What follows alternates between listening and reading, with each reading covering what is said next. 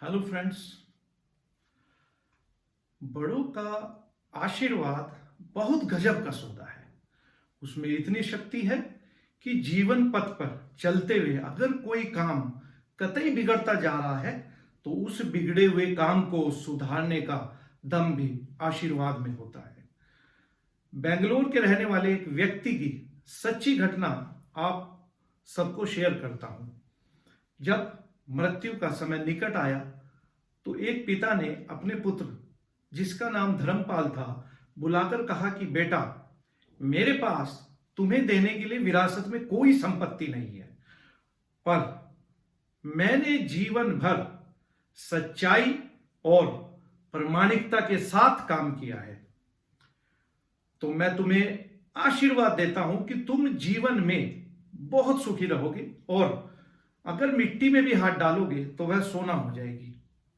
बेटे ने सिर झुकाकर पिताजी के पैर छुए और पिता ने सिर पर हाथ रखकर आशीर्वाद दिया और संतोष से अपने प्राण त्याग दिए।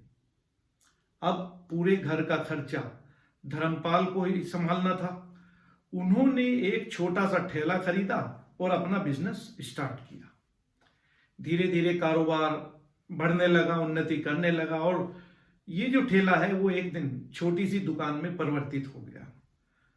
धीरे धीरे दुकान जो है बड़े बिजनेस में परिवर्तित हो गई और धर्मपाल का जो नाम है वो उस शहर के बड़े रईसों में गिना जाने लगा। हमेशा धर्मपाल का मानना यही था कि यह सब मेरे पिता के आशीर्वाद का ही परिणाम है, क्योंकि उन्होंने जीवन में कष्ट सहे लेकिन कभी धैर्य नहीं छोड़ा, ना ही आस्था छोड़ी, ना ही प्रामाणिकता छोड़ी। इसीलिए उनकी वाणी में शक्ति थी और उनका आशीर्वाद फलीभूत हुआ और मैं बहुत खुश हूं। और बात उनके मुंह से ये बार बार निकलती रहती थी।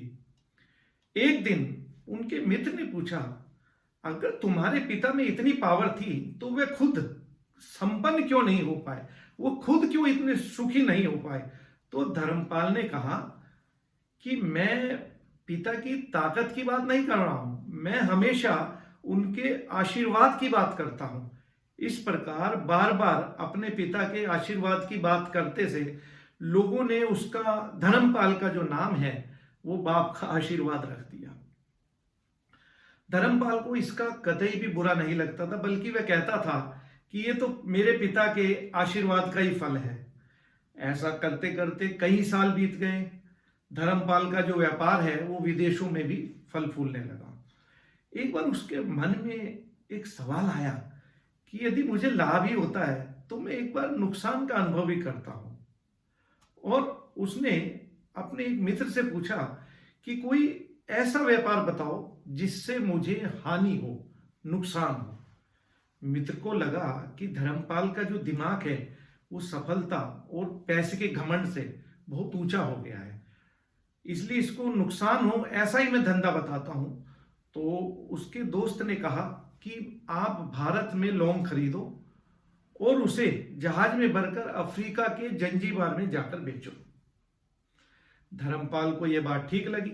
जंजीबार तो लौंग का प्रोड्यूसर है, वहां तो लौंग ज्यादा पैदा होती है और वहां से भारत के लोग जो है लौंग लेके आते हैं और यहां आकर 10 से 12 गुना कीमत पर बेचते हैं। अगर मैं इस कीमत की ले जाकर जंजीबार में बेचूंगा तो वाकई जो है मुझे नुकसान होगा। और धर्मपाल ने पिता के आशीर्वाद के साथ जंजीबार जाना तय कर लिया। उसने एक जहाज में बहुत सारी लौंग भरी और जंजीबार द्वीप पर पहुंचा। जंजीबार में उस समय एक सुल्तान का राज्य था। धर्मपाल जहाज से उतरा और रेतीले मैदान पर चलता हुआ व्यापारियों से मिलने के लिए बाहर निकल पड़ा। सामने से देखा कि कोई आ रहा है तो उसने आसपास के लोगों से पूछा कि ये कौन है जो इतने लोगों से घिरा हुआ है और यहाँ आ रहा है। तो लोगों ने बताया कि ये यहाँ का सुल्तान है और ये अपने सिपाहियों के साथ यहाँ पर आ रहा है। जब सुल्तान उसके पास पहुंचे तो उन्होंने कहा और अपना परिचय दिया। तो मैंने भी बोला कि मैं खंबात, गुजरात में स्थित एक शहर का रहने वाला हूं और यहाँ व्यापार करने के लिए आया हूं। सुल्तान ने व्यापारी समझकर उसका आदर किया और उससे बातें करने लगा। धर्मपाल ने देखा कि सुल्तान के साथ सैकड़ों सिपाही हैं, परंतु उनके हाथ में तलवार बर्छी ना होने की बजाय हाथों में छलनियां थी, जो छालने वाली छलनियां थी। उसने बड़े ही विनम्र स्वभाव के साथ, विनम्रता के साथ सुल्तान से पूछा कि आपके सैनिक जो हैं इतनी छलनियां लेकर क्यों चल रहे हैं। तो सुल्तान ने हंसकर कहा कि आज सवेरे जब मैं समुद्र के किनारे टहलने जा रहा था तो मेरी एक अंगूठी जो है वो यहाँ रेत में कहीं गिर गई है और वो कहीं मिल नहीं रही है। तो मैंने सैनिकों को सबको बोला है कि जाओ और इस रेत में छलनी के साथ उसको तलाश करो। तो धर्मपाल ने पूछा, क्या अंगूठी इतनी कीमती है? तो सुल्तान ने कहा, नहीं, अंगूठी इतनी कीमती नहीं है, बल्कि उससे कीमती और भी कई अंगूठियां मेरे पास हैं, बट यह अंगूठी एक फकीर का आशीर्वाद है जिन्होंने मुझे दी थी, और मैं मानता हूं कि मेरी सल्तनत इतनी मजबूत और सुखी सिर्फ उस फकीर के आशीर्वाद से है। इसलिए मेरे मन में उस अंगूठी का मूल्य सल्तनत से भी ज्यादा है।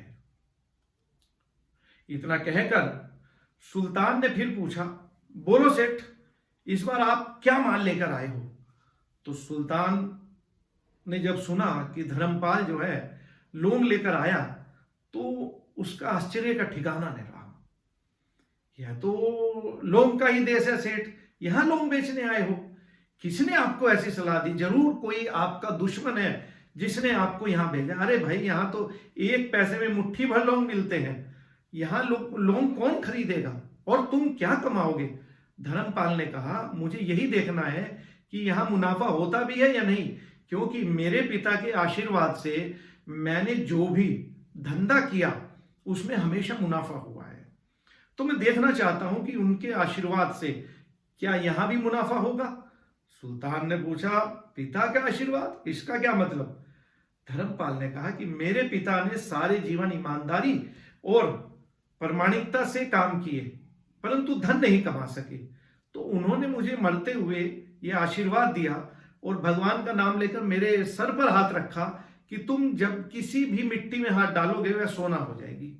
ऐसा बोलते बोलते धर्मपाल नीचे झुका और उसने एक मुट्ठी रेत उसमें उठाकर ऐसे डालना शुरू किया, तो उसमें से सुल्तान की जो अंगूठी है वो भी निकल आई।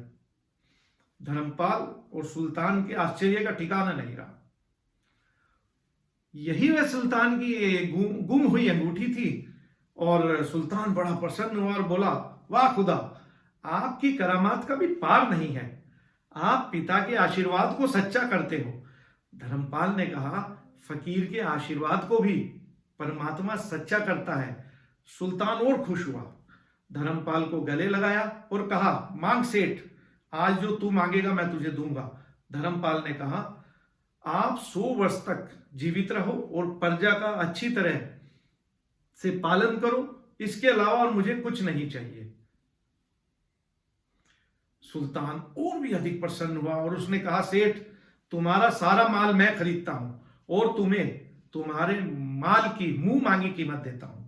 इस कहानी से हमें शिक्षा मिलती है कि पिता के आशीर्वाद हो तो दुनिया की कोई भी ताकत हमें पराजित नहीं होने देगी। पिता और माता की सेवा का फल निश्चिंत रूप से हमें मिलता है। आशीर्वाद जैसी और कोई भी संपत्ति इस दुनिया में दोस्तों नहीं है। बालक के मन को जानने वाली मां और भविष्य को संवारने वाले पिता, यही दुनिया के 2 महान ज्योतिषी हैं, बाकी कोई नहीं। दोस्तों, अपने बुजुर्गों का सम्मान करें, यही भगवान की सबसे बड़ी सेवा है। कहानी कैसी लगी आपको जरूर शेयर करें और कमेंट भेजें। Thank you.